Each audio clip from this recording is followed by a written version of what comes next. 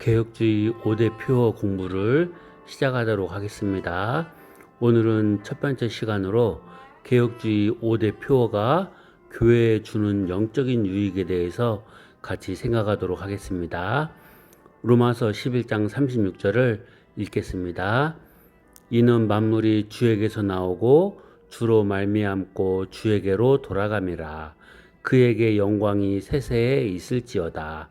아멘. 오늘날 우리는 교회의 위기라는 말을 너무나 자주 듣습니다. 건물의 크기는 커졌으나 세상에 끼치는 영향력은 작아졌고, 프로그램은 화려해졌으나 성도들의 영성은 메말라가고 있다는 진단이 곳곳에서 들려옵니다. 마치 겉모습은 화려하지만 기초 골조가 썩어가는 건물과 같습니다.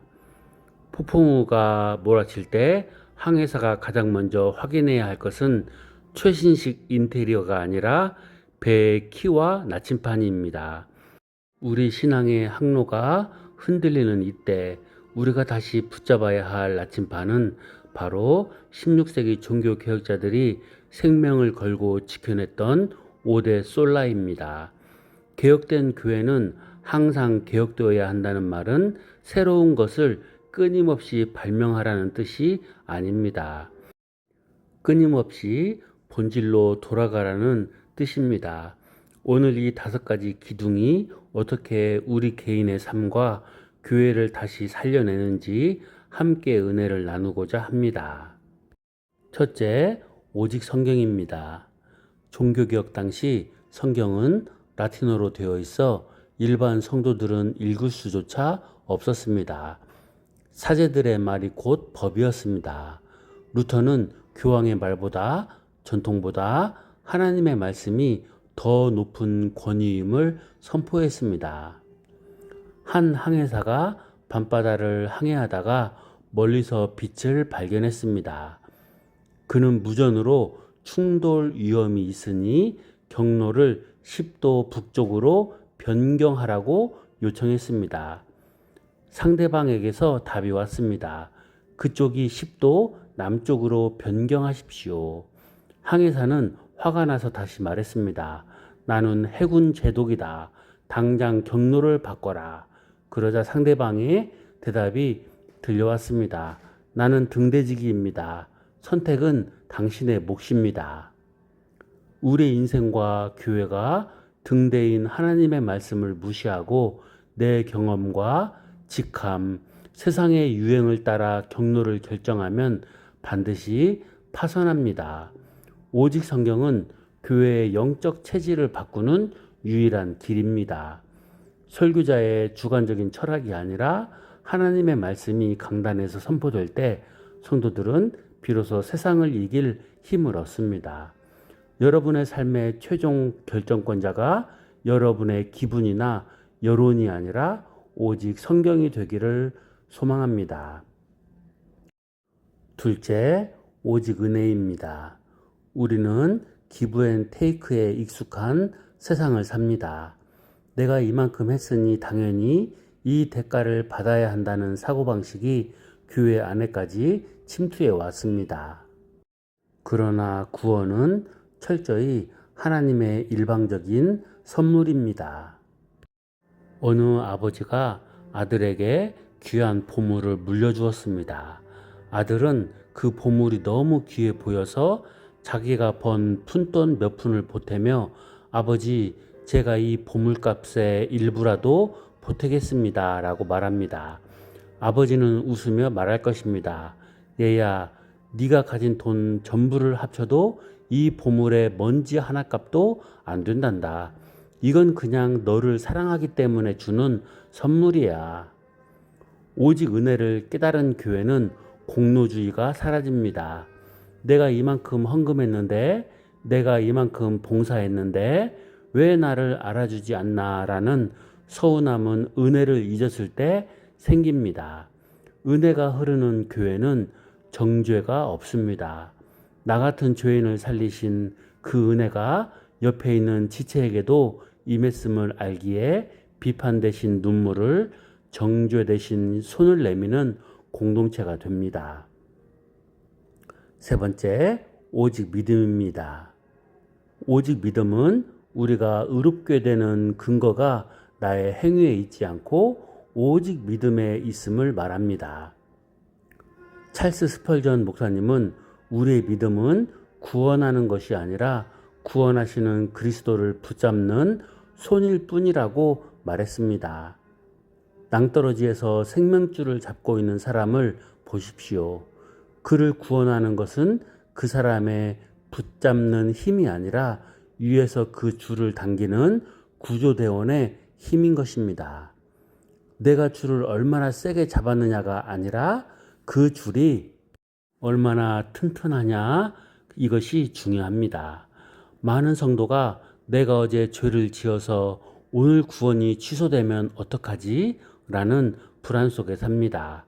그러나 오직 믿음은 우리를 자유하게 합니다.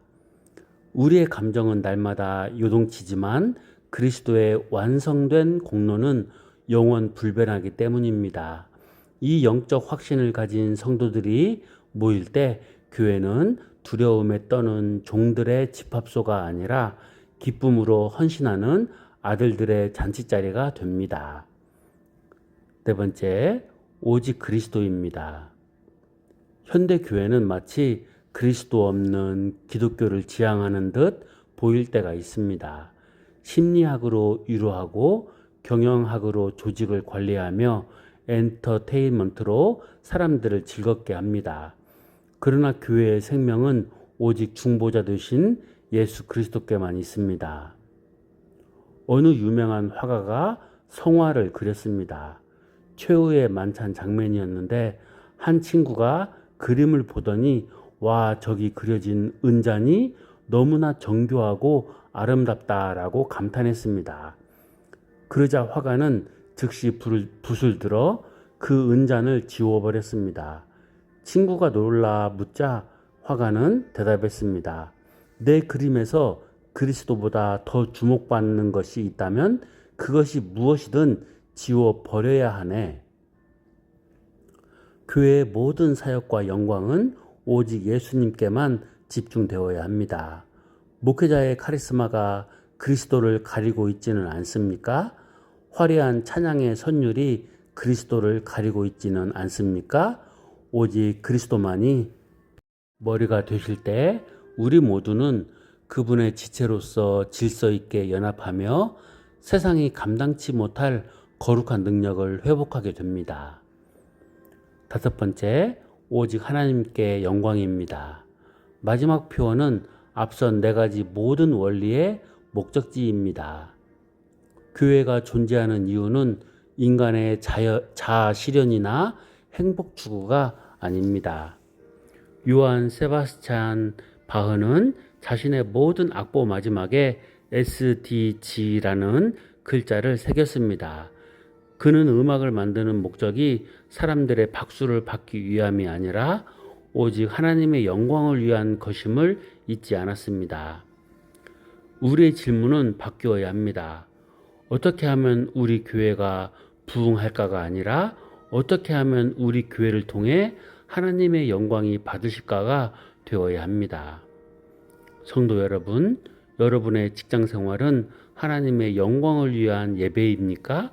여러분의 가정 생활은 하나님의 아름다움을 드러내고 있습니까?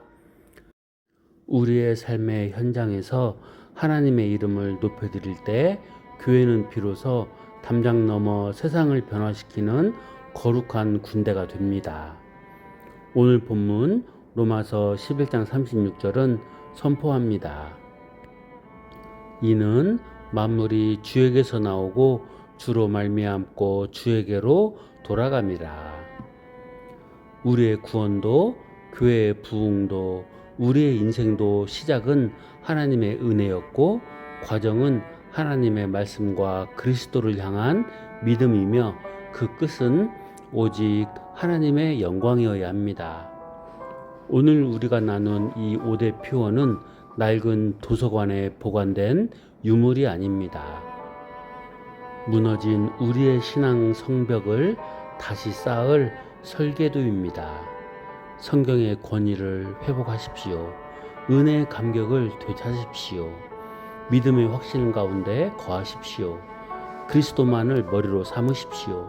그리하여 오직 하나님의 영광만을 위해 살아가십시오. 이 진리 위에 서 있을 때 우리 교회는 이 시대의 어둠을 밝히는 찬란한 등대가 될 것입니다. 이 거룩한 개혁의 길에 기쁨으로 동참하는 복된 성도들이 되시기를 간절히 소망합니다. 아멘.